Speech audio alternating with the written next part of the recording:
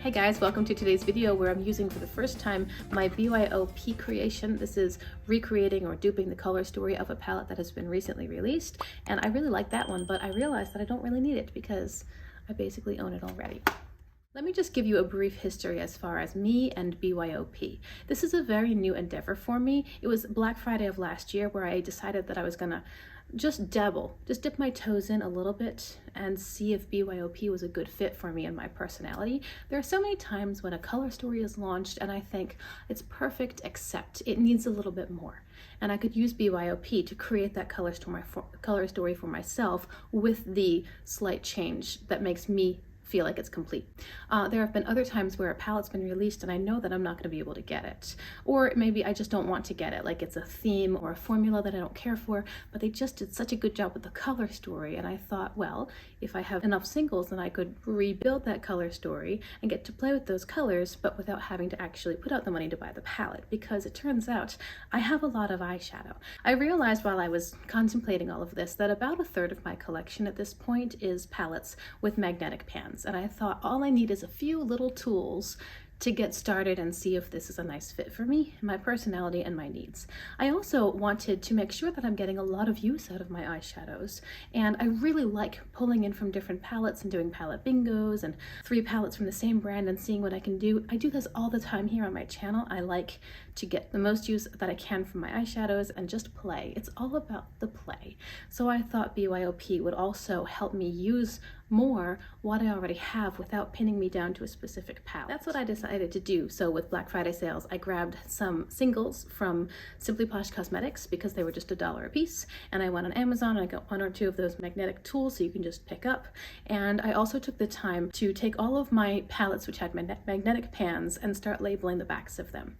Now, my theory is that when I am ready to build a color story, I'm just going to lay out all of my magnetic palettes and pick and choose the colors I like, create my curated color story, and then when I'm done with that BYOP, I simply take the shadows out and put them back into their original palettes. Everything stays organized. I don't need to have a huge storage of singles, and when I want to use a palette factory made, it's ready to go. So that's where I am, and this is my very first BYOP. This time what I did was I tried to dupe the vibes basically of the new Cosmic Beauty or Cosmic Brushes palette, the Lover, and it was really easy. I just grabbed a picture of the palette and zoomed in and tried to find the shadows in my magnetic collection, which seemed to match the best. So this is what I came up with.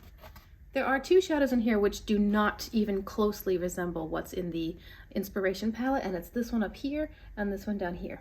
In my singles collection and all of my magnetic palette collection, apparently, I don't have any decent pastel mattes. So I didn't have the pastel blue that I really needed. This is a little bit darker and too periwinkle. I didn't have any pastel greens at all. So I just did I just grabbed a gray from my collection. I'm going to show you guys in the screen what each of these shadows is because I've got some like this is Simply Posh, this is Sydney Grace, I think. We've got Unearthly, we've got Ensley Rain, we've got Adept, we've got ColourPop, just an assortment of magnetic pans, and I have them all labeled on the backs. And when I'm done with this BYOP, I get to take each of these pans out and put them back in their original palettes.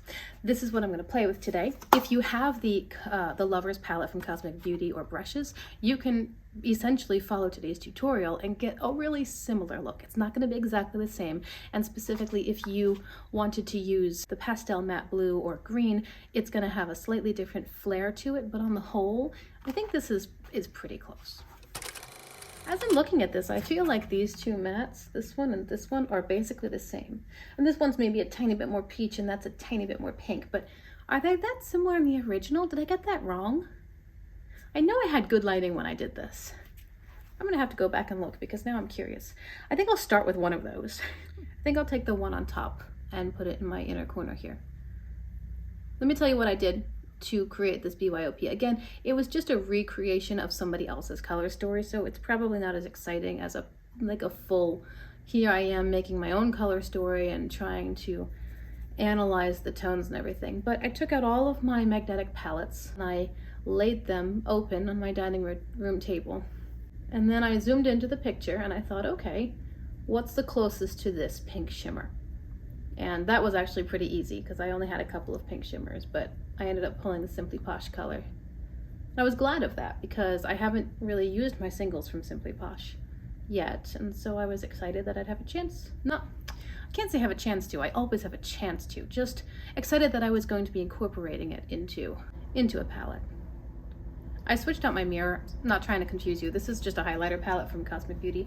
The reason is that recently I filmed a video using my handheld there, and somehow when the mirror catches the light with the camera, it ended up washing out my face and making it look extraordinarily artificially plastic and shiny, and just washed out, destroyed the video completely. And it was really frustrating because I had to refilm that whole last section of video. I've never had that happen before with my handheld mirror, but now I'm kind of scared that it'll happen again. And because I film with my phone, I don't have a monitor where I can see how it's translating. So I just grabbed a different mirror, one that maybe doesn't reflect back because it's two-sided. I'm not sure. Hopefully this won't be a problem, but if you're curious, that's what's going on. Okay, now I want to take this mid-tone green matte, the one that I do think is a pretty good match to the original.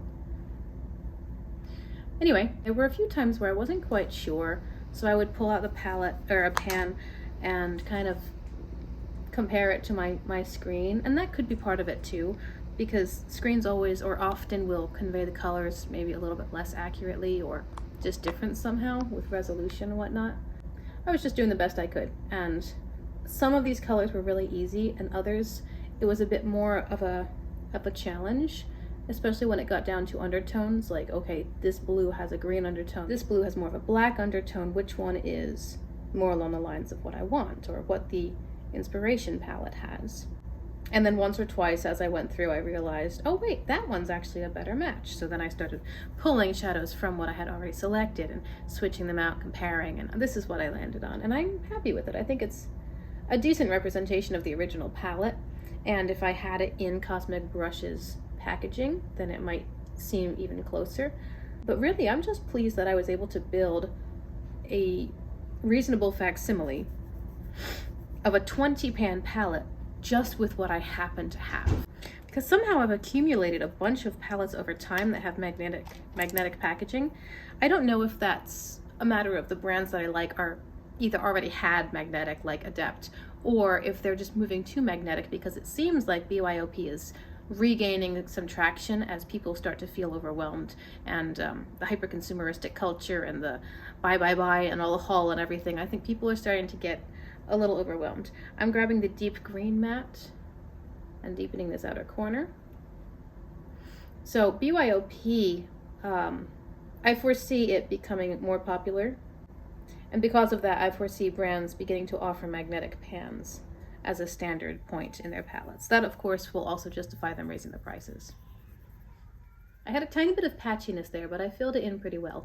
This is one of the concerns with BYOP when you're mixing brands. Some brands like to have color built, and other brands you should be starting with the darkest and blending out from there. So you might have some discrepancy or disparities between the way that all these different formulas work together.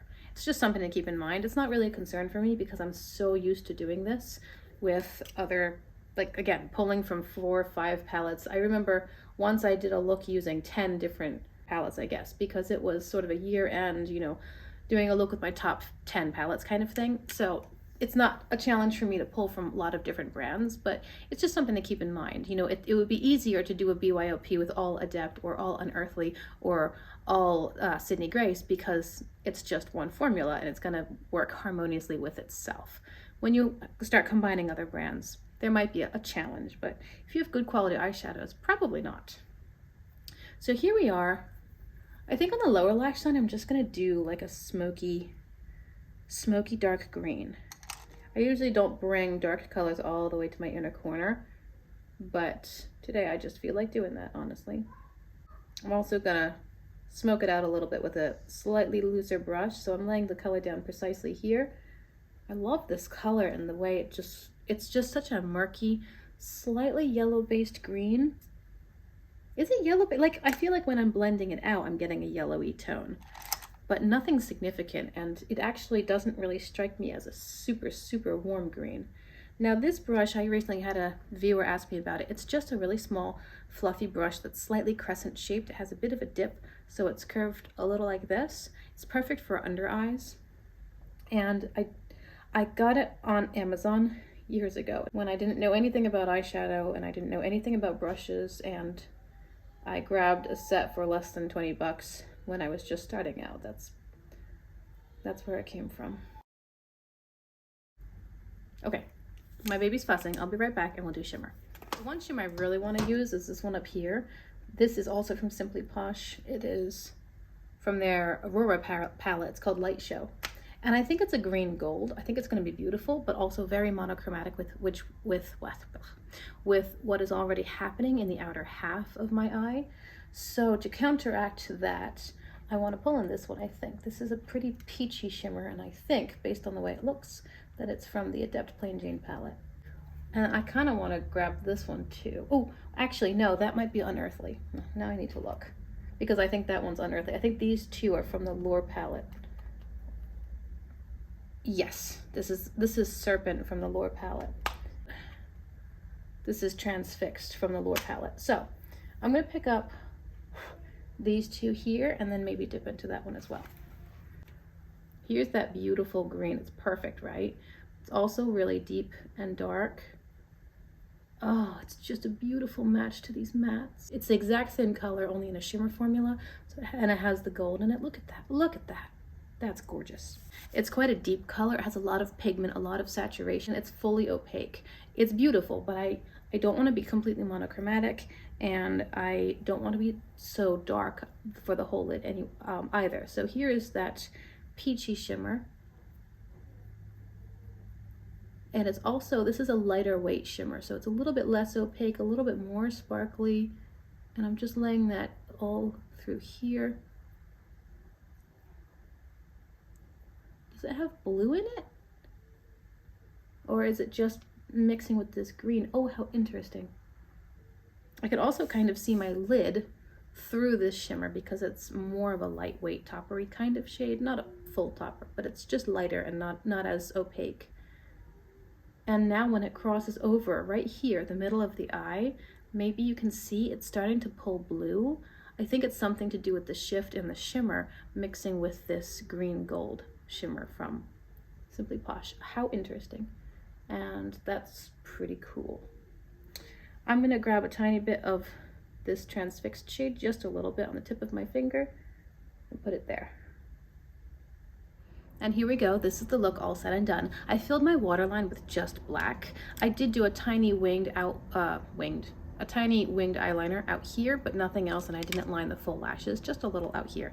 I'm wearing mascara. On my lips, I have the NYX Smooth Whip in the shade Latte Foam. I'm working on using up a lot of random things that I feel are half used, you know, lip glosses, conditioner in my shower, all kinds of little random things. So this, I think it's getting a little bit empty. It's impossible to tell because it's fully opaque, but I think it's getting low, and that's exciting. I do have a little bit of blush from the ColourPop Mulan series. The shade is called Matchmaker, and that's everything. So as far as the look, I'm doing a close-up here for you guys. Hopefully you can see all the details that I see.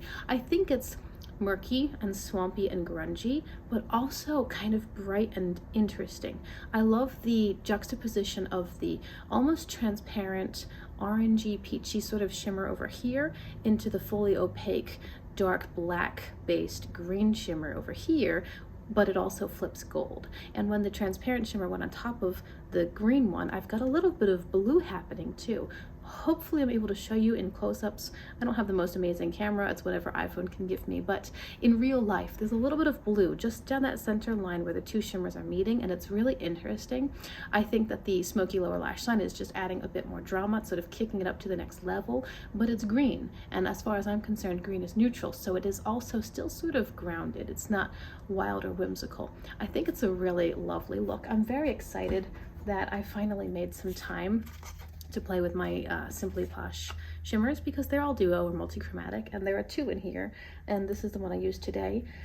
Yeah, so I'm actually quite excited about this and quite excited about this, and I'm sorry that I didn't give you more original content for my first BYOP, but hopefully you guys have enjoyed it. I think it's really lovely. I've had a lot of fun, and I'm just really excited that when I'm not feeling the vibe of a specific palette, I'm still using the shadows, like the two shimmers that I used. These two shimmers here and here are both from the Lure palette from Unearthly, which I love and it's one of my top favorite palettes. But if I'm not feeling that palette, I'm still using shadows from within it in a different way. And yeah, I don't have 6 palettes spread out in front of me. So this is really exciting for me because I get to be creative. I get to be, I mean, not with a recreation, but with my own BYOP, I'll get to be a little original and try to come up with my own versions of things, or just something totally new, or be inspired by scenery or a book cover or a piece of jewelry or anything at all.